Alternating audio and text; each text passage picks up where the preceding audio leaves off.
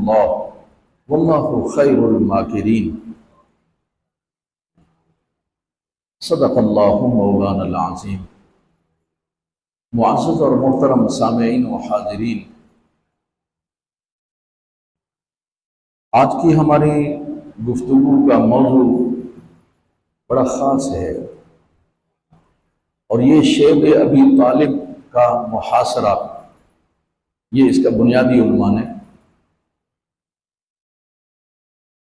ہم یہ جان لیتے ہیں کہ شیب ابی طالب کسے کہتے ہیں، پھر اس محاصرے کے اسباب کیا تھے، مسلمانوں کو کن تکالیف کا سامنا کرنا پڑا، اور اس سے ہمیں کیا سبق ملتا ہے، یہ مختصر سی بات ہم کریں۔ سب سے پہلے یاد رکھیے، مکے میں تقریباً 10 قبائل آباد تھے۔ مکہ مکرمہ میں 10 قبائل آباد تھے، جن میں سے قریش کے 4 بنیادی اور بڑے قبائل آباد تھے: بنو ہاشم، بنو عبد المطلب، بنو عبد الشمس اور بنو نوفل۔ یہ قریش کے بڑے بڑے قبائل تھے۔ رسول اللہ صلی اللہ علیہ وسلم کا تعلق بنو عبد المطلب سے تھا، بنو ہاشم سے تھا۔ تو یہ جو شیب ابی طالب ہے، یہ کیا ہے؟ یہ جو 10 قبائل وہاں آباد تھے نا، ہر قبیلے نے اپنی ایک گھاٹی مقرر کر رکھی تھی۔ گھاٹی کسے کہتے ہیں؟ پہاڑوں کے درمیان میں چھوٹی سی ایک جگہ ہوتی ہے، میدانی، جہاں پر بندہ آرام سے بیٹھ سکے، محفل جما سکے۔ تو ہر قبیلے نے اپنی ایک گھاٹی مقرر کر رکھی تھی۔ وہاں اس گھاٹی میں جا کر وہ اپنی تقاریب کیا کرتے تھے، کبھی شعر و ادب کی محافل، اور کبھی جام پینے پلانے کی مجلسیں، کبھی مشاورت، اور کبھی مختلف طریقے سے وہ دعوت وغیرہ وہاں پر کرتے تھے اور وہ بیٹھتے تھے۔ شیب کا معنی یہ گھاٹی ہوتا ہے۔ حضرت ابو طالب جو اپنے اس کنیت کی وجہ سے مشہور ہیں، جبکہ ان کا نام عبد مناف ہے، بہرحال ان کی بھی اپنی ایک گھاٹی تھی۔ ظاہر ہے سردار مکہ عبد المطلب کے بیٹے ہیں، تو ایک گھاٹی ان کی بھی تھی۔ یہ گھاٹی جبل ابو قبیس، جو لوگ گئے ہیں انہوں نے دیکھا ہے کہ بالکل ہی صفا کے ساتھ ہی جبل ابو قبیس کا کچھ حصہ لگتا ہے، اور یہ پہاڑ ہے۔ جبل ابو قبیس سے اوپر سے اگر گھوم کر کے جائیں گے تو 2 ٹنل بنی ہوئی ہیں، جہاں سے پھر مینا کی طرف لوگ جاتے ہیں۔ لیکن اس ٹنل پہ کھڑے ہو کر کے اس کے سامنے آپ سامنے دیکھیں گے تو آپ کو ایک پہاڑ نظر آئے گا جسے خندمہ کہا جاتا ہے، جبل خندمہ۔ جبل خندمہ اور جبل ابو قبیس کے درمیان میں یہ ایک تنگ سی گھاٹی تھی، چھوٹی سی۔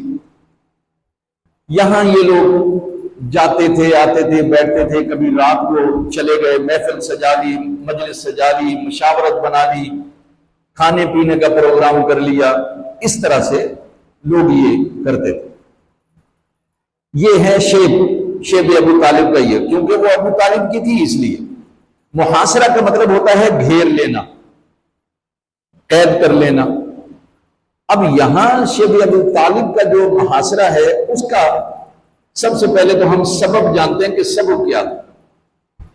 اصل میں رسول اللہ صلی اللہ علیہ وسلم کو تقریباً 6 سال مکمل ہو چکے تھے تبلیغ کرتے ہوئے، نبوت کا اعلان کیے ہوئے۔ ان 6 سالوں میں رسول اللہ صلی اللہ علیہ وسلم کی جو عددی برتری تھی وہ بڑھتی جا رہی تھی۔ ان 6 سالوں میں بڑے واقعات ایسے ہوئے جنہوں نے مشرکین عرب کو بڑا ڈرا دیا کہ یار یہ تو ختم ہونے کا نام نہیں لیتا، یہ تو دن بدن چڑھتا ہی جا رہا ہے، بڑھتا ہی جا رہا ہے، اسلام کی شان و شوکت جو ہے وہ بڑی بلند ہوتی جا رہی ہے۔ لہذا انہوں نے سازشیں شروع کر دی، اور ان کی پلاننگ اب یہ تھی کہ انہوں نے پورا اپنا زور لگا لیا تھا کہ کسی طرح ابو طالب جو ہے وہ رسول اللہ صلی اللہ علیہ وسلم کی حمایت سے ہاتھ کھینچ لیں،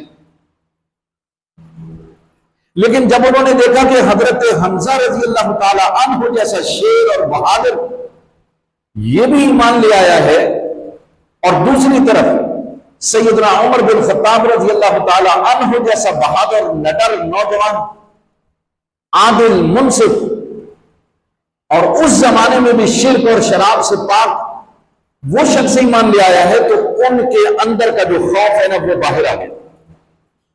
انہوں نے سوچا اگر اسی رفتار سے اسلام بڑھتا رہا تو یہ تو چھا جائیں گے اور ہمیں کھا جائیں گے۔ دوسری طرف وہاں جب ہجرت حبشہ ہوئی تو ہجرت حبشہ میں انہوں نے جا کے کوشش کی ابو سفیان نے کہ کسی طرح مسلمانوں کو واپس لے کے آئیں اور سزا دیں، لیکن وہاں نجاشی جس کا نام تھا اسحمہ، اس نے انکار کر دیا۔ اس نے کہا میں ان کو آپ کے حوالے نہیں کروں گا، یہ تو وہی پیغام ہے جو عیسیٰ علیہ السلام کا پیغام ہے۔ اور پھر انہوں نے سوال کیا تھا جعفر طیار سے کہ ذرا آپ بتائیے عیسیٰ کے بارے میں کیا کہتے ہیں۔ انہوں نے سورہ مریم کی آیات پڑھ کر سنائی اور ساتھ ہی ساتھ بتایا عیسیٰ جو ہیں، انہوں نے کہا، اصحاب نے سن کر کہا عیسیٰ اس سے ایک تنکے کے برابر نہ زیادہ نہ کم، یہی ہے جو کہہ رہے ہیں، یعنی عیسیٰ ابن اللہ نہیں ہے، اللہ کا بیٹا نہیں ہے، بلکہ اللہ کے پیغمبر ہیں۔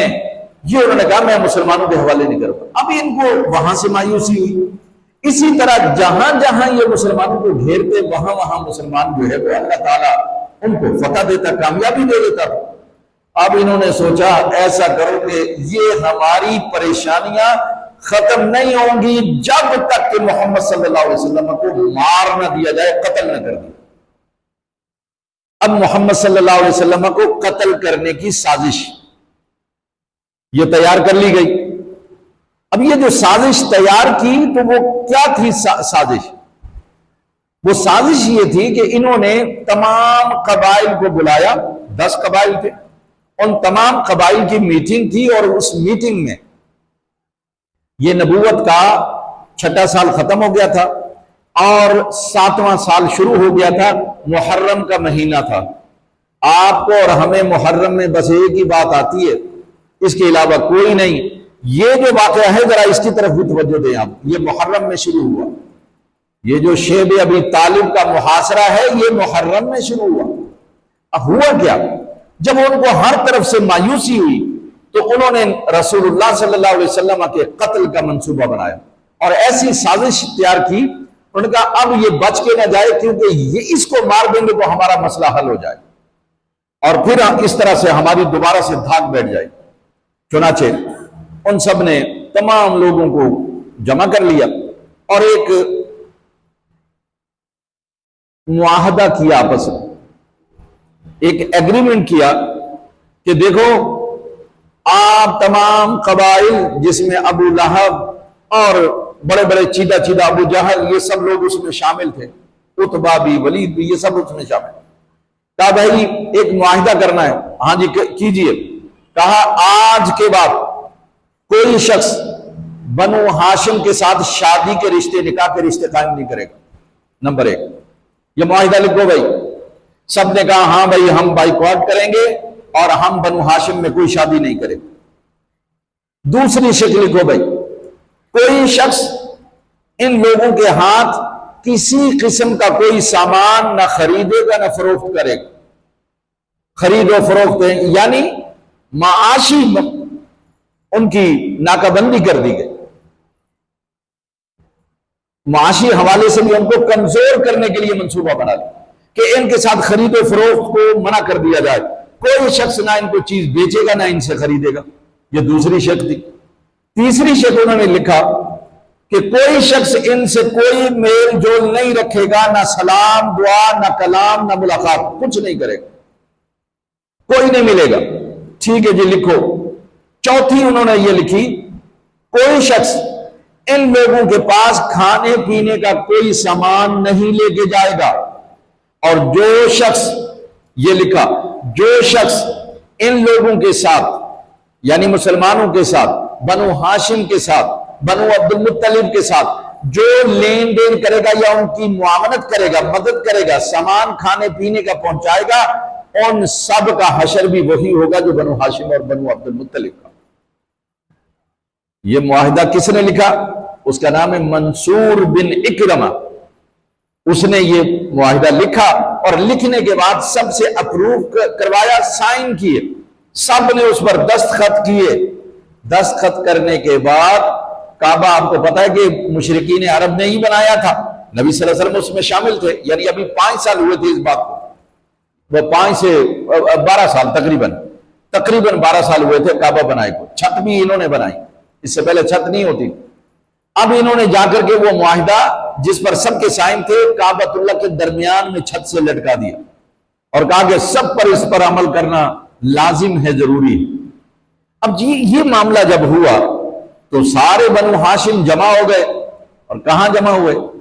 ابو طالب کے پاس، وہ اس وقت بزرگ آدمی تھے، ان کے پاس جمع ہوئے کہ یہ معاملہ ہو گیا، اب کیا کریں؟ انہوں نے یہ کہا کہ بھئی دیکھو، ہمارے گھر تو ایسے ہیں کہ مشرکین کے ساتھ بھی، ان کے درمیان میں بھی ہم رہ رہے ہیں، ان کے ساتھ بھی رہ رہے ہیں، یعنی کہاں سب مل جل کر رہ رہے ہیں۔ اب یہاں اگر یہ ہمارا بائیکاٹ کرتے ہیں تو ہم تو پس جائیں گے، اور ہم محمد صلی اللہ علیہ وسلم کی حفاظت نہیں کر سکیں گے، کیونکہ ان کا مقصد تو یہ ہے کہ قوم کو معاشی حوالے سے اتنا کمزور کر دیا جائے اور اتنا ان کو محتاج بنا لیا جائے کہ وہ محمد کو ہمارے حوالے کرنے پر تیار ہو۔ اب یہ سارا کچھ کس لیے ہو رہا ہے؟ رسول اللہ صلی اللہ علیہ وسلم کے قتل کی سازش ہے، اس کو یہ پورا کرنا چاہتے ہیں۔ اور انہوں نے مطالبہ کیا ابو طالب سے کہ بابا اگر تم چاہتے ہو کہ امن رہے، سکون رہے، تو پھر محمد کو ہمارے حوالے کرو، ہم اس کو قتل کریں گے۔ اب جب وہ بالکل دباؤ میں آ گئے نا، تو وہ جو آپ ایک روایت سنا کرتے ہیں، یہ اس موقع پر آئی کہ ابو طالب آ گئے رسول اللہ صلی اللہ علیہ وسلم کے پاس، کہنے لگے بھتیجے اب میں بہت مجبور ہو گیا ہوں، میں بوڑھا ہو گیا ہوں، میں ان کا دباؤ قبول نہیں کر سکتا، ان کے بائیکاٹ کو میں اب برداشت نہیں کر سکتا، ان کے معاشی حوالے سے اور سماجی حوالے سے جو بائیکاٹ یہ کر رہے ہیں میں اس کو برداشت نہیں کر سکتا، لہذا آپ کم از کم یہ کر لیں کہ آپ ان کے خداؤں کو برا نہ کہیں۔ آپ نے فرمایا مجھے تو اللہ نے بھیجا ہی اسی لیے تاکہ میں ان کے جھوٹے خداؤں کو ننگا کروں اور بتاؤں کہ یہ کسی کام کے نہیں، سچا اللہ ایک ہے، اس کا کوئی شریک نہیں، مجھے تو اللہ نے بھیجا اس لیے۔ اور چچا اگر آپ خود کو اتنا کمزور سمجھتے ہیں تو پھر یہ یاد رکھیے میں محمد اللہ کا پیغمبر ہوں اور سچا پیغمبر ہوں، میرے ایک ہاتھ پر یہ اگر سورج رکھ دیں، دوسرے ہاتھ پر چاند رکھ دیں، تب بھی میں ان بتوں کے خلاف بات کرنے سے باز نہیں آؤں۔ یہ نبی صلی اللہ علیہ وسلم نے اس موقع پر فرمایا۔ اللہ اکبر، یا رسول اللہ، یا علی، نعرہ تحقیق۔ اب یہ جب بات یہاں تک پہنچی تو پھر ابو طالب نے کہا اچھا بیٹا پھر ایک کام کریں، سارے اپنے قبیلے کو، بنو ہاشم کو بھی بلایا، بنو عبد المطلب کو بلایا اور بنو عبد شمس کو بھی بلایا تھا، مگر وہ آیا نہیں۔ یعنی ابو لہب سگا چچا تھا نا، ابو طالب کا سگا بھائی تھا، لیکن وہ آیا نہیں، تو نوفل کے بھی قبیلے سے کوئی نہیں آیا۔ لیکن یہ جو بنو عبد المطلب اور بنو ہاشم یہ جمع ہوئے تو یہاں ابو طالب نے کہا بھائی دیکھو محمد کی حمایت میں کر رہا ہوں، میں کرتا رہوں گا، لیکن ان کے تحفظ کے لیے ہمیں ایک کام کرنا ہوگا۔ یہ جو بائیکاٹ ہمارا کیا گیا ہے، اس بائیکاٹ کو یہاں درمیان میں رہ کر ہم برداشت نہیں کر سکیں گے، ہمارے لیے مشکل ہو جائے گا۔ کیوں؟ ایک ایک کو نقصان اٹھانا پڑے گا، لہذا ایسا کریں ہم سب مل کر کسی ایک جگہ پر جمع ہو جاتے ہیں، وہاں ہم اپنا کچھ عرصہ گزار لیں۔ تو شیب ابی طالب ان کی اپنی ملکیت تھی، تو انہوں نے کہا آؤ بھائی سب وہاں جمع ہو جاتے ہیں، یہ سامان وغیرہ اٹھایا، سب وہاں پر جمع ہو گئے۔ اچھا کتنے لوگ تھے بھائی؟ کبھی نہیں سنا ہوگا آپ نے، یہ 2 قبیلے تھے، بنو ہاشم بنو عبد المطلب۔ تاریخی روایات کے مطابق 40 سے 50 لوگ تھے، یہ 40 سے 50 کے درمیان یہ 2 قبیلے کے لوگ تھے، اور اس میں کافر بھی تھے، اس میں مسلمان بھی تھے، یہ بھی یاد رکھیے۔ آپ کہیں گے بھئی چلو مسلمان تو اس لیے حمایت کر رہے ہیں کہ یہ اللہ کے پیغمبر اور رسول ہیں، تو کافر کائے کے لیے آئے؟ تو بابا یہ عصبیت تھی قبائلی، انہوں نے کہا بابا ہمارے قبیلے کے آدمی ہیں، بنو ہاشم ہیں، لہذا کیا ہوا جو ہم مسلمان نہیں ہیں لیکن ہم ان کی حمایت کریں گے، ہم ان کا ساتھ دیں گے۔ بنو عبد المطلب کے بھی ایسے لوگ جو اسلام نہیں لائے تھے، انہوں نے کہا ہم بھی ان کا ساتھ دیں گے، سوائے ابو لہب کے، وہ بنو عبد شمس میں سے تھا، اس نے ان کا ساتھ نہیں دیا۔ اب یہاں یہ 40 سے 50 لوگ جو ہیں یہ یہاں پر جمع ہو گئے. جب یہ اس گھاٹی میں آئے نا تو اس گھاٹی میں کیا ہوا، 3 سال محرم کا مہینہ، 7ویں نبوت کے 7ویں سال محرم کے مہینے میں یہ آغاز ہوا اس محاصرے کا. اب انہوں نے کیا کیا، جب یہ سب لوگ جمع ہو گئے وہاں پر، انہوں نے پہرا بٹھا دیا اور کسی کو وہاں نہ آنے دیتے تھے نہ جانے دیتے تھے. اب آپ کو بتاؤں کیسا وقت ہوگا، نہ کھانا نہ پینا نہ دانا، اور وہاں پر بچوں کی چیخیں جبل ابو قبیس پر سنائی دیتی تھی. اور وہ لوگ ان میں سے کچھ تو ایسے تھے کہ پریشان ہوتے تھے، لیکن کچھ ایسے تھے خوش ہوتے تھے کہ ٹھیک ہوا. اور پہرے بٹھا رکھے تھے، کوئی باہر نہیں جا سکتا، نہ اندر سے باہر کوئی آ سکتا. یہ پہرا بٹھا رکھا تھا. آپ اندازہ کر سکتے ہیں کہ لوگ گٹلیاں چوس کر باری باری سے اپنی بھوک مٹاتے تھے، چمڑا چبا کر اپنی بھوک مٹاتے تھے. درختوں کے جو تھوڑے بہت تھے ان کے پتے چبا کے اپنی بھوک مٹا رہے. آپ اندازہ نہیں کر سکتے. جب 3 سال کے بعد وہاں سے وہ نکلے تو اس کے بعد جو ہے وہ یوں سمجھے کہ اتنے کمزور ہو چکے تھے کہ وہ ان کے لیے چلنا پھرنا مشکل ہو چکا، اتنے کمزور ہو چکے. ظاہر ہے 3 سال تک آپ کو روٹی نہ ملے اور آپ جو ہے نا چمڑا کھائیں یا پتھر کھائیں یا پتے کھائیں اور پھر آپ باہر آئیں گے تو آپ کی تو حالت غیر ہوگی. یہ معاملہ 3 سال تک ان کے ساتھ، مسلمانوں کے ساتھ یہ مقاطعہ رہا. اب یہ بات تو آپ نے یاد رکھنی ہے کہ نبی صلی اللہ علیہ وسلم کی جو ولادت باسعادت ہوئی وہ جبل ابو قبیس کے ساتھ ایک جگہ ہے، لائبریری بنی ہوئی ہے، بس یہی جگہ جو ہے نبی صلی اللہ علیہ وسلم کی ولادت باسعادت کی. اچھا، یہ جو صفا کا جگہ ہے اس کے ساتھ ہی خدیجۃ الکبریٰ رضی اللہ تعالی عنہا کا مکان بھی تھا. قصر ابیض بھی اسے کہا جاتا تھا کسی زمانے. تو وہاں آپ صلی اللہ علیہ وسلم شادی ہو کر آئے تو پھر وہیں آپ رہتے تھے. اب یہاں پر شیب ابی طالب کے اندر یہاں یہ سب جمع ہو گئے، 40 سے 50 لوگ یہاں پر جمع ہو. جب معاہدہ ہو گیا تو پھر ابو لہب کو اس بات پر بڑا ناز تھا. دیکھیے اب وہ اپنے لوگوں سے یہ کہتا تھا، بھائی سنو، دیکھو میں نے اپنے آبا و اجداد کے دین کی خاطر، لات و عزا کی خاطر، دیکھو میں نے کتنی بڑی قربانی دی ہے. میں نے بنو ہاشم کو اور بنو عبد المطلب کو مکہ سے نکال دیا، اور تم دیکھو اللہ مجھے اجر دے گا نہیں دے گا. تو لوگ اس کو کہتے تھے تو نے بڑا کام کیا اپنے آبا و اجداد کے دین کو بچانے کے لیے، تجھے اللہ بڑی عزت دے گا، تجھے اللہ بڑی برکت دے گا. اندازہ کریں آپ ان کا کہ یعنی وہ مسلمانوں کو نقصان پہنچا کر اس قدر جو ہے وہ خوش تھے. پھر کیا ہوا؟ پھر یہ ہوا کہ 3 سال کے بعد نبی صلی اللہ علیہ وسلم جب مسلسل 3 سال وہاں پر رہے تو اب جب وہاں بچوں کی چیخیں آتی تھی نا رونے کی، تو وہاں رونے کی آوازیں باہر بھی آتی تھی. صرف بچوں کی نہیں، بڑے بھی بیچارے کراہتے تھے اپنی بھوک کی وجہ سے، پریشانی کی وجہ سے. جب اتنی حالت ہو گئی تو پھر ایک شخص جو کہ بنو ہاشم ہی میں سے تھا، لیکن وہ چونکہ بنو عبد شمس میں سے تھا، قریش میں سے تھا، لیکن وہ اس نے ساتھ نہیں دیا تھا. اس نے رسول اللہ صلی اللہ علیہ وسلم کا ساتھ نہیں دیا تھا. لیکن جب اس نے ساتھ نہیں دیا، لیکن اس کے دل میں یہ بات خیال آئی کہ یار یہ اتنا ظلم اب ہم جو ہے سہ نہیں سکتے، اتنا بڑا ظلم ہم سہ نہیں سکتے، ان کو ہم یہاں پر نہیں رہنے دیں گے. لہذا انہوں نے یہ فیصلہ کیا کہ کسی طرح سے اس معاہدے کو ختم کر دیا جائے، اس معاہدے کو ختم کر دیا. لیکن اب آپ دیکھیے اللہ کا معجزہ. اللہ کا معجزہ یہ ہوا کہ انہوں نے میٹنگ بلائی، اور میٹنگ بلا کر انہوں نے سوچا کہ اب جو ہے ہم اس معاہدے کو ختم کر دیتے ہیں اور ہم جو ہے وہ اس معاہدے کو ختم کر انہیں نجات دے دیتے، اس سے نجات دیتے. اسی دوران میں جب وہ میٹنگ کر رہے تھے تو حضرت ابو طالب وہاں پہنچ گئے. حضرت ابو طالب وہاں میٹنگ میں آ گئے.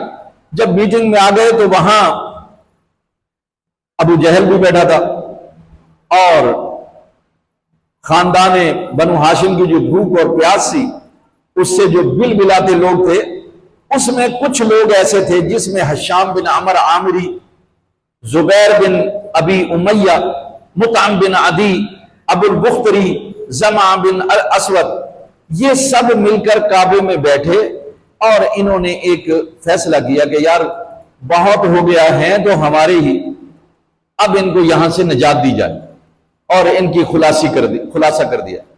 ابو جہل نے جب سنا تڑپ اٹھا، انہوں نے کہا تم کیسے آدمی ہو بھائی، ہمارے خداؤں کو برا بھلا کہتے ہیں، گالیاں دیتے ہیں، کہتے ہیں کہ یہ کچھ کر نہیں سکتے نہ سن سکتے ہیں، تم ان کو رہا کرنا چاہتے ہو، وہ تو ہمیں نقصان پہنچائیں گے۔ لیکن یہاں اب آ گیا تھا مطعم بن عدی، ابو البختری، یہ سارے لوگ وہ تھے، حشام بن عمر عامری، انہوں نے کہا جی اب تو یہ کام ہوگا ہی ہوگا۔ یہ باتیں آپس میں وہ کر رہے تھے، ابو طالب وہاں پہنچ گئے۔ اب ابو طالب نے آ کر کیا کہا، انہوں نے کہا بھائی بات سنو، میرے بھتیجے نے مجھے ایک بات کہی ہے، میرے بھتیجے نے ایک بات کہی ہے، اگر تم اس کو مان لو تو چیک کر لیتے ہیں، اگر اس کی بات سچی نکلے تو پھر ان کو رہائی دے دینا، اور تم سمجھو کہ ان کی بات سچی نہیں نکلی ہے تو پھر تم جو چاہو کرنا۔ انہوں نے کہا بتاؤ، انہوں نے کہا میرے بھتیجے نے بتایا ہے کہ وہ جو معاہدہ انہوں نے لٹکایا تھا وہ دیمک کھا چکی ہے، سوائے اللہ کے نام کے کوئی اس میں چیز باقی نہیں رکھی، دیمک کھا گئی اس، وہ معاہدہ باقی نہیں ہے۔ تو اس میں تو سب نے سائن کیے ہوئے تھے۔ انہوں نے کہا اچھا ہم چیک کر لیتے ہیں۔ جب وہاں چیک کیا گیا تو واقعتاً اللہ کے نام کے سوا کوئی تحریر اس میں باقی نہیں تھی، سب کچھ دیمک نے کھا لیا۔ یہ سبب بن گیا ان کی رہائی کا، یہ واقعہ، یہ معجزہ، یہ سبب بن گیا مسلمانوں کی رہائی کا، لہذا ان کو شیب ابی طالب سے رہائی مل گئی۔ اب رسول اللہ صلی اللہ علیہ وسلم ان اپنے جانثاروں کے ساتھ واپس اپنے اپنے گھر میں آ گئے، اور قریش نے، جو باقی لوگ تھے قبائل، ان سب نے ان کو اپنے اپنے گھر میں آباد کر دیا، آ گئے۔ اب آپ اندازہ کر سکتے ہیں یہ دین کی خاطر کتنی بڑی قربانی ہے۔ 3 سال تک آپ کا کھانا پینا بند کر دیا جائے، کاروبار آپ کا بند کر دیا جائے، آپ کو پیاس سے بھوکا مارا جائے تو آپ کا کیا حال ہوگا۔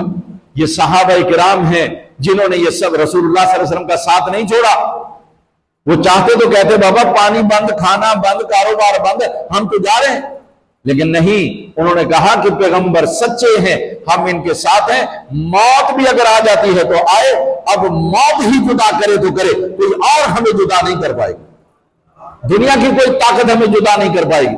محمد صلی اللہ علیہ وسلم کے دامن سے جو وابستہ ہوتا ہے وہ پھر اپنی جان جو ہے وہ ہتھیلی پر رکھ دیتا ہے، پھر چراغ زندگی بجھتا ہے تو بجھ جائے، مگر مصطفیٰ کریم صلی اللہ علیہ وسلم کا دامن ہاتھوں سے نہیں چھوٹتا۔ یہ صحابہ کرام نے یہ پیش کی، مثال پیش کی، اور یہ بے مثال استقامت اور صبر جس کو پھر اسلام نے ہمارے لیے سبق بنا دیا۔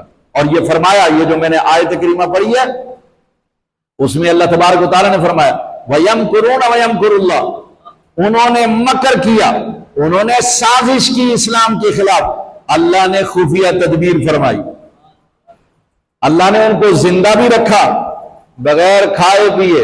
یہ آپ ایک بڑی حیرت انگیز بات ہوئی ہے، اتنا بڑا واقعہ ہے یہ تاریخ اسلام کا، لیکن جتنی کتابیں ہیں تاریخ کی یا سیرت کی، ارے 3 سال تک یہ جاری رہا، کسی نے بھی 3 صفحے سے زیادہ اس پر نہیں لکھا۔ میرا جی چاہتا تھا میں اس واقعے کو اجاگر کروں کیونکہ محرم کا مہینہ ہے، یہ محرم میں ہوا، اس کا آغاز محرم میں ہوا۔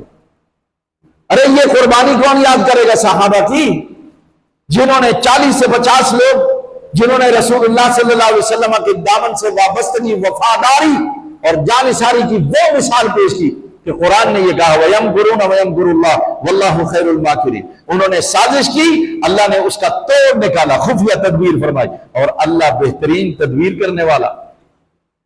تو قرآن یہ کہہ رہا ہے، اور پھر فرمایا أَحَسِبَ الَّذِينَ أَن يُتْرَكُوا أَن يَقُولُوا آمَنَّا وَهُمْ لَا يُفْتَنُونَ، کیا یہ مسلمان یہ سمجھتے ہیں کہ انہیں چھوڑ دیا جائے گا بس لا الہ الا اللہ محمد رسول اللہ، تمہیں چھوڑ دیا جائے گا اور تمہیں آزمایا نہیں جائے گا؟ کیا یہ گمان کرتے ہیں وہ؟ أَحَسِبَ الَّذِينَ أَن يُتْرَكُوا أَن يَقُولُوا آمَنَّا، بس اتنا سے کہنے سے انہیں چھوڑ دیا جائے گا کہ جی وہ ہم ایمان لائے؟ یہ کافی نہیں ہے، ایمان کا صرف دعویٰ کر دینا کافی نہیں ہے، مثال پیش کرو۔ مثال عمل سے ہوتی ہے، کردار سے ہوتی ہے، اخلاق سے ہوتی ہے۔ تمہارا عمل کیا ہے، تمہارا اخلاق کیا ہے، تمہارا کردار کیا ہے، اس سے نہیں چھوٹا جائے گا. وَهُمْ لَا يُفْتَنُونَ, اور یہ آزمائے نہیں جائیں گے. بابا ہر شخص کو آزمایا جائے گا, جس کا جتنا بڑا مقام اور مرتبہ ہے اتنی آزمائش میں مبتلا ہوگا. اولیاء اللہ کی سیرت پڑھ کے دیکھو, انبیاء کی سیرت پڑھ کے دیکھو, اللہ کی قسم مجھے کوئی نبی ایسا نظر نہیں آیا جو آزمائش میں مبتلا نہ ہوا. جاؤ پڑھو, جا کے قرآن پڑھو, حدیث پڑھو, سیرت پڑھو, تاریخ پڑھو, کوئی پیغمبر ایسا نہیں جس کو اللہ نے فتنوں میں مبتلا نہ کیا ہو, آزمائش میں مبتلا نہ کیا ہو, اس کا امتحان نہ لیا ہو. تو اللہ کہہ رہا ہے یہ ایمان لانا کافی نہیں ہے, اپنے کردار اور اخلاق کو اتنا بلند کرو, اس سے تم مثال پیش کرو, اور وہ صبر اور استقامت کے علاوہ اور کیا ہو سکتا ہے. پھر فرمایا یہ جو واقعہ ہے یہ تو صبر کی عمدہ مثال ہے, اور صبر کے لیے اللہ نے کہا انما یوفی الصابرون اجرهم بغیر حساب, بے شک صبر کرنے والوں کو اللہ بے حساب اجر عطا فرما دیتا. اور یہاں تو صحابہ نے جو صبر و استقامت کی عمدہ مثال قائم کی ہے, اللہ کی قسم یار 3 سال تک ان کے ساتھ یہ ظلم ہوا. تم ذرا 3 دن مجھے گزار کے دکھاؤ بغیر کھائے پیے, صبح روزہ رکھتے ہو, سحری کھاتے ہو, شام کو پھر کھانا ہوتا ہے معلوم ہے, اس کے باوجود حالت یہ ہوتی ہے نہ چلا جاتا ہے نہ پڑھا جاتا ہے, یہ حالت ہوتی ہے. اور 3 سال گزارنا, اس سے بڑی صبر و استقامت کی اور کیا مثال ہوگی بھائی. پھر کہتے ہو صحابہ ایمان والے نہیں, تو اپنے ایمان کی خیر منا. پھر فرمایا وَلَا تَعَاوَنُوا عَلَى الْإِثْمِ وَالْعُدْوَانِ, اللہ کہہ رہا ہے بابا یہ بائیکاٹ کرنا یہ گناہ ہے, مسلمانوں کا بائیکاٹ کرنا, اسلام کا, بغیر کسی وجہ کے, بغیر کسی سبب کے. ارے سبب یہ کہ یہ کہتے ہیں کہ اللہ ایک ہے, بس یہ سبب, اس کے لیے اتنا بڑا تم نے سزا ان کے لیے تجویز کی. اللہ کہہ رہا ہے ان کا ساتھ نہیں دینا. وَلَا تَعَاوَنُوا عَلَى الْإِثْمِ وَالْعُدْوَانِ, دشمنی اور گناہ کے کاموں میں تم ایک دوسرے کے ساتھ تعاون نہیں کیا کرو. اور نبی صلی اللہ علیہ وسلم کی حدیث میں ہے مَثَلُ الْمُؤْمِنِينَ فِي تَوَادِّهِمْ وَتَرَاحُمِهِمْ كَمَثَلِ الْجَسَدِ الْوَاحِدِ, فرمایا مومن آپس کی محبت, رحم اور شفقت میں ایک جسم کی مانند. بخاری کی حدیث ہے. کیا مطلب کہ مومن ایک جسد واحد کی طرح, جیسے مجھے اپنی آنکھ, اپنے ناک, کان اور چہرہ اور گردن اور ہاتھ پاؤں یہ جیسے مجھے پسند ہے نا, اسی طرح سے مومن آپس میں ایک جسد کی طرح ہے. ایک مومن کو اگر تکلیف پہنچتی ہے تو دوسرا مومن پریشان ہو جاتا. اور رحماء بینہم, آج اگر یہ بات ہمیں نظر نہیں آتی تو وہ ہمارے ایمان کی خرابی ہے بھائی, وہ ہماری ایمان کی خرابی ہے. دین سے دوری کی وجہ سے اب ہم کسی کا درد, اپنا درد محسوس نہیں کرتے, ہم اپنے پڑوسی کے پر ہونے والے ظلم کو اپنا ظلم نہیں سمجھتے, ہم اس کے بچوں کو برباد ہوتے ہوئے دیکھتے ہیں اور ہم یہ نہیں سمجھتے کہ یہ ہمارے بچے, ہم نہیں ایسا سمجھتے. اس کی وجہ ہمارا جو ہے وہ دین ایمان جو ہے وہ کمزور ہو گیا. اور رسول اللہ صلی اللہ علیہ وسلم نے فرمایا المسلم اخو المسلم لا یظلمہ ولا یسلمہ, نبی صلی اللہ علیہ وسلم نے فرمایا مسلمان مسلمان کا بھائی ہے بھائی, وہ اس پر ظلم نہیں کرتا, نہ ہی اسے بے یارو مددگار چھوڑ دیتا. اب تو یہ ہمارا وتیرہ بن گیا, ہم خود بھی ظلم کرتے ہیں اور پھر بے یارو مددگار چھوڑ کے چلے جاتے ہیں. کوئی مر رہا تو کہتے ہیں جی مرنے دو, ایکسیڈنٹ ہو گیا ہے چاہیے کہ وہاں رک جائیں, اس کو ہاسپٹل لے جائیں. نہیں, اب ہمارا ایمان یہ کہتا ہے بھاگو یہاں سے, کہیں اور نہ پھنس جاؤں, اس لیے ہم اس کی مدد نہیں کرتے. جبکہ رسول اللہ صلی اللہ علیہ وسلم نے فرمایا مومن کی مدد کیا کرو چاہے وہ ظالم ہو چاہے وہ مظلوم ہو. تو صحابہ نے عرض کیا یا رسول اللہ صلی اللہ علیہ وسلم مظلوم کی مدد کرنا سمجھ میں آتا ہے, اس پر ظلم ہوا ہے اس کی مدد کریں, ظالم کی کیسے؟ فرمایا ظالم کی مدد کرو, اس کا ہاتھ روکو ظلم سے, اس کا ہاتھ روکو ظلم سے, یہ مدد ہے ظالم کی تاکہ وہ ظلم نہ کر سکے. آپ اندازہ کیجئے تو یہ ساری باتیں ہمیں کہاں سے ملتی ہیں؟ یہ شیب ابی طالب کے محاصرے سے ہمیں ملتی ہیں کہ دیکھو اگر تمہارا بائیکاٹ کر دیا جائے تو تمہیں صبر اور استقامت سے کام لینا ہے, صبر سے کام لینا ہے. کیوں؟ یہ صبر جو کر لیتا ہے تو اللہ تبارک و تعالیٰ ان اللہ مع الصابرین کا اعلان کر دیتا ہے, جس نے صبر کیا میں اس کے ساتھ ہوں. تو ہمیں تو اللہ کی حمایت چاہیے. میری نماز اس لیے ہے تاکہ میں اللہ کی حمایت حاصل کروں, میں حج اس لیے کرتا ہوں تاکہ اللہ کی حمایت حاصل کروں, میں نماز اس لیے پڑھتا ہوں تاکہ اللہ کی حمایت حاصل کروں, روزے اس لیے رکھتا ہوں تاکہ اللہ کی حمایت حاصل کروں, زکوٰۃ اس لیے دیتا ہوں تاکہ اللہ کی حمایت حاصل کروں. میری تمام عبادات للہ رب العالمین, تمام عبادات میری اللہ کے لیے ہیں، اللہ کی حمایت حاصل کرنے کے لیے، تو اللہ تبارک و تعالیٰ صبر کرنے والوں کے ساتھ ہے۔ تو جو اپنے ہاتھ میں قانون کو اپنے ہاتھ میں لے گا، ظلم کرے گا، زیادتی کرے گا، تو اللہ تبارک و تعالیٰ نے فرمایا ہے فَانْتَقَمْنَا مِنَ الَّذِينَ أَجْرَمُوا وَكَانَ حَقًّا عَلَيْنَا نَصْرُ الْمُؤْمِنِينَ۔ اللہ نے کہا جو بھی فَانْتَقَمْنَا مِنَ الَّذِينَ أَجْرَمُوا، جو جرم کرے گا ہم اس سے انتقام لیں گے۔ اللہ کہہ رہے ہیں فَانْتَقَمْنَا مِنَ الَّذِينَ أَجْرَمُوا، جو جرم کریں گے ہم ان سے انتقام لیں گے، اور مومنوں کو اللہ کہہ رہا ہے کہ میں ان کی مدد کروں گا۔ اللہ کہہ رہا ہے کہ مومنوں کی مدد کروں گا، تو مدد کس کی کریں گے؟ جو صبر کرے گا، جو معاملات کو اللہ کے حوالے کر دے گا اس کو۔ وہ کیا ہے؟ وَإِن كَانَ طَائِفَةٌ مِّنَ الَّذِينَ آمَنُوا، اللہ تبارک و تعالیٰ نے فرمایا اگر کوئی ایک گروہ ایمان لے آیا ہے اور دوسرا گروہ ایمان نہیں لایا، تو فرمایا کوئی بات نہیں، اگر وہ دوسرا گروہ ایمان نہیں لایا ہے تو تم ایسا نہ کرو کہ تم صبر کرو۔ کیوں؟ اللہ تبارک و یحکم اللہ بیننا، اللہ ہمارے درمیان فیصلہ کر دے گا، وہو خیر الحاکمین، اور وہ بہترین فیصلہ کرنے والا۔ جن باتوں میں اختلافات یہاں پر ہو رہے ہیں کہا صبر کرو۔ کیوں؟ اللہ فیصلہ کرے گا، اللہ فیصلہ کر دے گا، اور وہ بہترین، وہو خیر الحاکمین، بہترین فیصلہ کرنے والا۔ اور جس نے فیصلہ کرنے کا اختیار اپنے ہاتھ میں لے لیا اس کا پھر فیصلہ یہی ہوا، اللہ کہتا ہے ٹھیک ہے تو کر لے، پھر تو فیصلے کر لے۔ اور جو کہے کہ نہیں میرے معاملات اللہ کے حوالے ہیں وہ فیصلہ کرے گا، تو پھر یاد رکھو فیصلہ آپ کے حق میں ہو گیا، فیصلہ آپ کے حق میں ہوگا۔ یہ اللہ تبارک و تعالیٰ کا یہ اعلان ہے کہ تم صبر کرو، صبر کرو گے تو اللہ تبارک و تعالیٰ فیصلہ تمہارے حق میں کرے گا۔ تو یہ جو شیب ابی طالب کا ایک خطرناک، خون چکان، دردناک واقعہ ہے، یہ دراصل ہمیں بتاتا ہے کہ اگر زندگی میں ایسا موقع آ جائے تمہارا بائیکاٹ کر دیا جائے، سماجی حوالے سے، معاشی حوالے سے، نوکری چلی جائے، جاب چلی جائے، یا تمہیں کہیں سے نکال دیا جائے، یا تمہارے اداروں سے نکال دیے جاتے مزدور، یا پھر یہ کہ سماجی حوالے سے تمہارے ساتھ لوگ بول چال ختم کر دیں، تو فرمایا ختم کر دیں۔ یہاں ہے صبر، استقامت، ہر حال میں اللہ کو، اس کے رسول کو پکارنا ہے، اللہ کو پکارنا ہے تاکہ اللہ ہمارا مددگار ہے۔ اب کیا ہوا؟ نبی صلی اللہ علیہ وسلم 7ویں نبوت محرم کے مہینے میں آغاز ہوا، اور 10ویں نبوت میں وہاں سے چھٹکارا ملا۔ جب 10ویں نبوت میں آپ واپس آگے گھروں کو، تو آپ کے ساتھ ایک اور معاملہ ہو گیا کہ حضرت ابو طالب کا انتقال ہو گیا تقریباً 6 مہینے کے بعد، یعنی وہاں سے رہائی کے بعد 6 مہینے آپ زندہ رہے، اور 6 مہینے کے بعد آپ کا انتقال ہو۔ جب آپ کا انتقال ہو گیا تو ظاہر ہے کہ ابو طالب کا انتقال، میرے رسول صلی اللہ علیہ وسلم بچپن سے آپ کے پاس تھے، آپ کے ساتھ آنا جانا، سفر کرنا، اور بے شمار یادیں، اور آپ کے سب سے بڑے حمایتی آپ ہی تھے، کیونکہ بھائیوں میں زبیر جیسا آپ کا دلیر چچا، وہ تو انتقال پہلے کر گئے، وہ انتقال ان کا پہلے ہو گیا تھا۔ اگر وہ زندہ رہتے نبوت تک تو یقیناً ان سے بڑا بھی کوئی آدمی نہیں تھا، اور حضرت عبد المطلب نے اپنا نائب انہیں بنایا تھا، اپنا ولی عہد انہیں بنایا تھا، اپنا وسیع انہیں بنایا تھا۔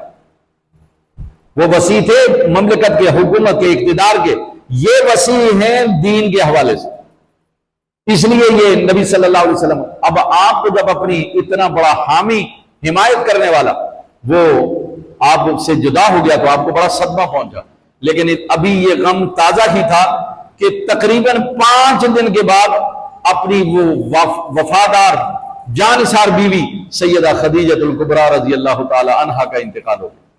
یہ خدیجہ الکبریٰ رضی اللہ تعالی عنہا ہر موقع پر نبی صلی اللہ علیہ وسلم کے ساتھ رہیں۔ آپ صلی اللہ علیہ وسلم ہمیشہ فرمایا کرتے تھے، ارے اس نے مال اس وقت مجھ کو دیا، مجھ پر خرچ کیا جب لوگوں نے مجھے مال سے محروم کر دیا۔ فرمایا اس نے اس وقت مجھے اپنا مال عطا فرمایا جبکہ لوگ مجھے محروم کر رہے تھے، تو میں اس کا احسانات کو بھول نہیں سکتا۔ یہی وجہ ہے کہ ہر سال نبی صلی اللہ علیہ وسلم ان کی طرف سے قربانی کرتے تھے، سیدہ خدیجہ الکبریٰ رضی اللہ تعالیٰ، اور ان کی سہیلیوں کا اکرام عزت اسی طرح سے کرتے تھے جیسے خدیجہ۔ تو ایک دفعہ ایسے ہوا کہ سیدہ عائشہ صدیقہ رضی اللہ تعالی عنہا وہ گھر میں موجود تھی۔ نبی صلی اللہ علیہ وسلم خدیجہ الکبریٰ رضی اللہ تعالی عنہا کی ایک سہیلی آئی، آپ نے اس کی بڑی خدمت کی، بڑی عزت کی، احترام کیا، بڑے اس کو جو کچھ آپ کے ساتھ تھا دنیاوی حوالے سے دیا اور اس کو رخصت کیا، اور بڑی باتیں آپ نے سنائی خدیجہ کی۔ سیدہ عائشہ صدیقہ رضی اللہ تعالی عنہ بیوی بھی تھی نا، تو اس لیے کہنے لگیں یا رسول اللہ صلی اللہ علیہ وسلم، مجھ جیسی بیوی اللہ نے آپ کو دی ہے، پھر بھی آپ جو ہے نا خدیجہ کی قصے پڑھتے رہتے، آپ ان کی باتیں کرتے رہتے۔ آپ نے فرمایا عائشہ تمہیں معلوم نہیں ہے، میں اس کو کیسے بھول سکتا ہوں؟ یہ وہ خاتون ہے جب لوگوں نے مجھ سے بولنا چھوڑ دیا تھا تب یہ میری غمگسار تھی، تب یہ میری مددگار تھی، تو اس نے ہر موقع پر، میں کبھی اسے بھول نہیں سکتا۔ میں تو جنت میں دیکھ رہا ہوں کہ بانس کے بنے ہوئے محلات کے اندر اور ٹھنڈے پانیوں کے محلات کے اندر وہ رہ رہی ہے، تو میں کیسے اسے یاد نہ کروں؟ تو یہ اس سال کو آپ کو اتنا غم پہنچا تھا، اس کا نام آپ نے رکھا عام الحزن، غم کا سال۔ اب آپ کا دل نہیں لگ رہا تھا، کیوں دل اس لیے نہیں لگ رہا تھا؟ چچا بھی چلا گیا، وفادار بیوی بھی چلی گئی، حمایتی چلے گئے، اب جو باقی تھے وہ صحابہ کرام جانثار تو تھے، لیکن یہ غم آپ کو مار گیا اندر ہی اندر۔ اب آپ نے سوچا چلو میں طائف جاتا ہوں، چلو میں، پھر یہ واقعہ ہوا اور آپ طائف چلے گئے، اور پھر طائف میں جو آپ کے ساتھ سلوک ہوا وہ ایک الگ قصہ ہے۔ پھر اس کے بعد اللہ تعالیٰ نے معراج کروائی تاکہ آپ کا وہ جو غم ہے وہ ہلکا ہو جائے۔ چنانچہ یہ جو شیب ابی طالب کا محاصرہ ہے، اس نے ہمیں بتا دیا کبھی زندگی میں آپ کا محاصرہ ہو جائے، کبھی لوگ سوشل بائیکاٹ کریں آپ کا، یا معاشی بائیکاٹ آپ کا کر دیں، تو آپ کو صبر اور استقامت کے ساتھ اللہ کی راہ پر چلتے رہنا ہے، اس سے بغاوت نہیں کرنی، کیونکہ ان کی سیرت سے ہے وابستہ نجات عالم، اہل عالم کے مصائب کا مداوا وہ ہے۔ اللہ سے دعا ہے کہ رب العالمین ہمیں یہ جو شیب ابی طالب کا محاصرہ ہے، اس میں جو صبر اور استقامت کا پہلو نکلتا ہے، اس پر اللہ تعالی ہمیں عمل کرنے کی توفیق عطا فرمائے۔